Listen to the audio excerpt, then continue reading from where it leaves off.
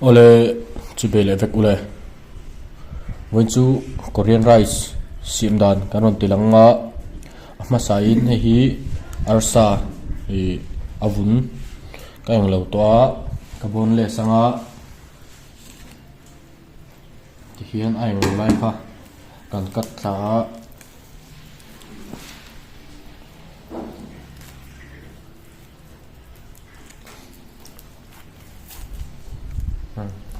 hian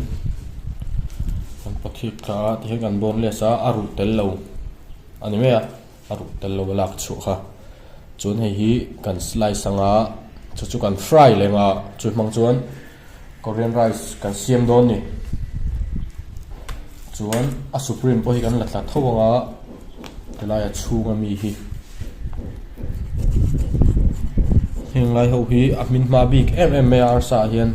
arsa chun amin ma arsa min ma am ase arsa amin ma rual khan hei amin ma ber lai ania hei supreme te mai thina hei lai hian lo khoi sa ka nei boka ta chun kan danga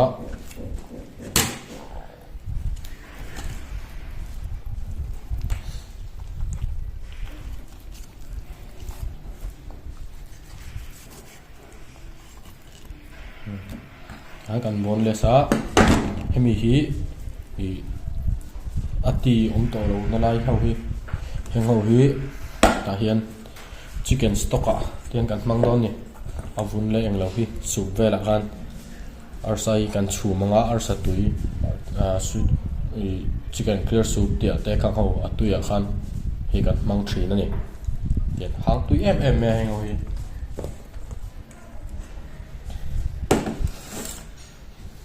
chuanin arsa kha tilai aru omna lai hi kan la thale lo anga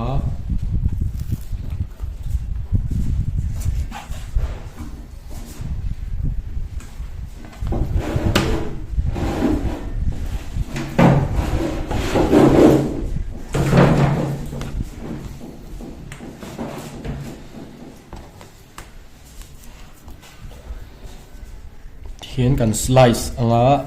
chuanin chu kan fry lenga chun chu chawa te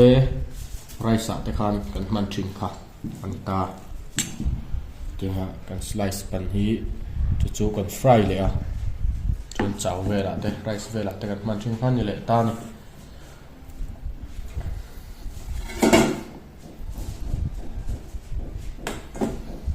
danga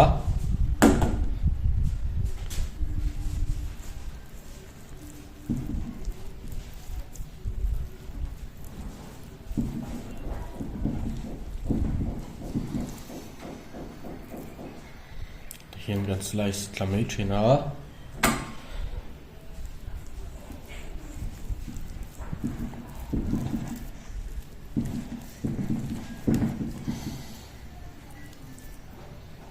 slice lai po hi khating khan ni me a avai vai ngan tilang longa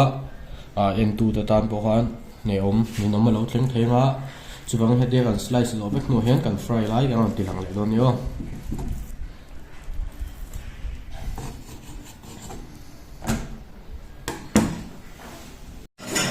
olet hian arsa kha kan han slice zota a order on luta Korean rice pahnian ron tia chuan man chok tur te kan ti lokang achan chu video lak ngei ka do box order khoi ma la ngai don box sia chu wangin kan in dei lo dewa me lo ka thiam sham don nia chuanin heta hian grill pan ka chuanga olive oil tlem zong kan manga agree na tan khan sa hat kun du don big me ni hei olive oil hi ka manga chuanin kan dang sa towa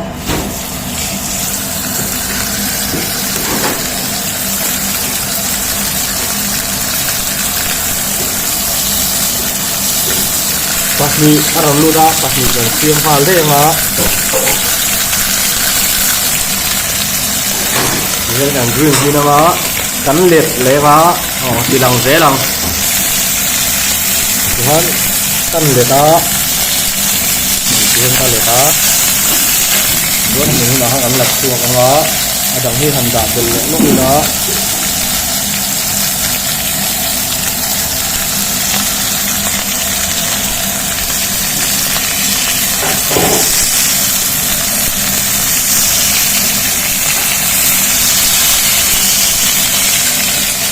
nó mình nó thì cầm máu lẹ đó nè máy bay ra thì cứ mình nó cầm cắt dễ lắm.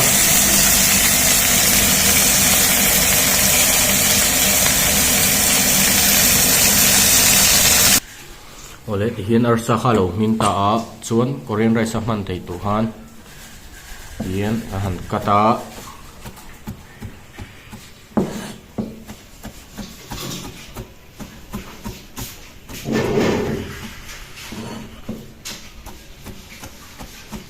thar avatar lam don em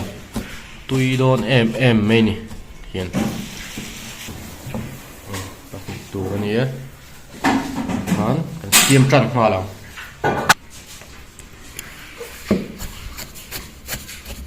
thì tomato honey tomato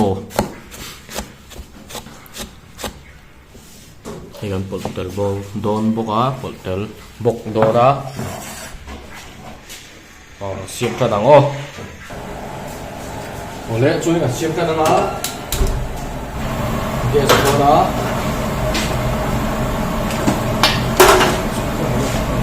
di ka pula di hian kan tos don ni di hian di mangin kan sim don ani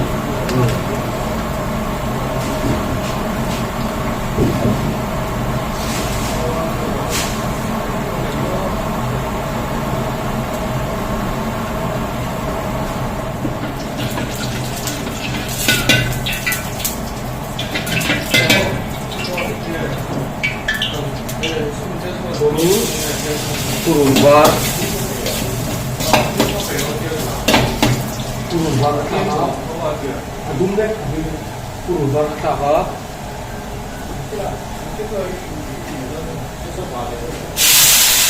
ini tahu apa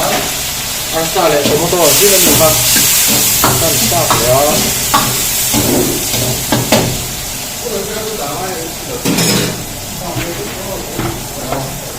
Jonin rice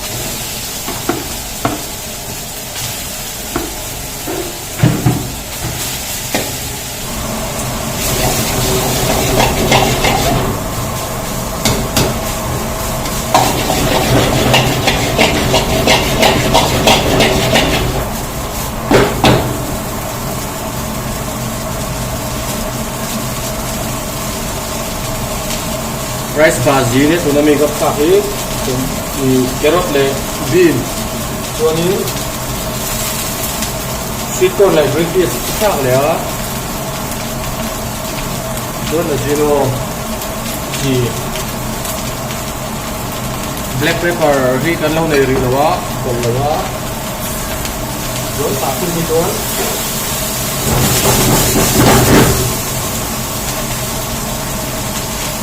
let's say sauce hi kahawa turun dengan garam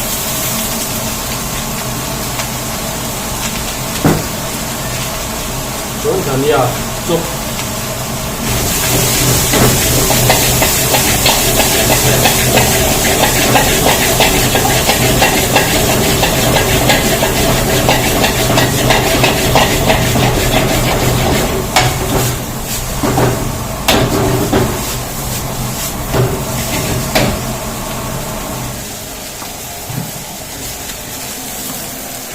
yang siam jawa rồi leta andam ole tikhanin Korean rice tui tak mai chuan lo siam zo ta ni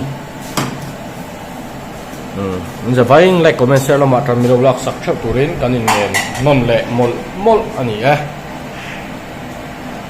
bye bye veku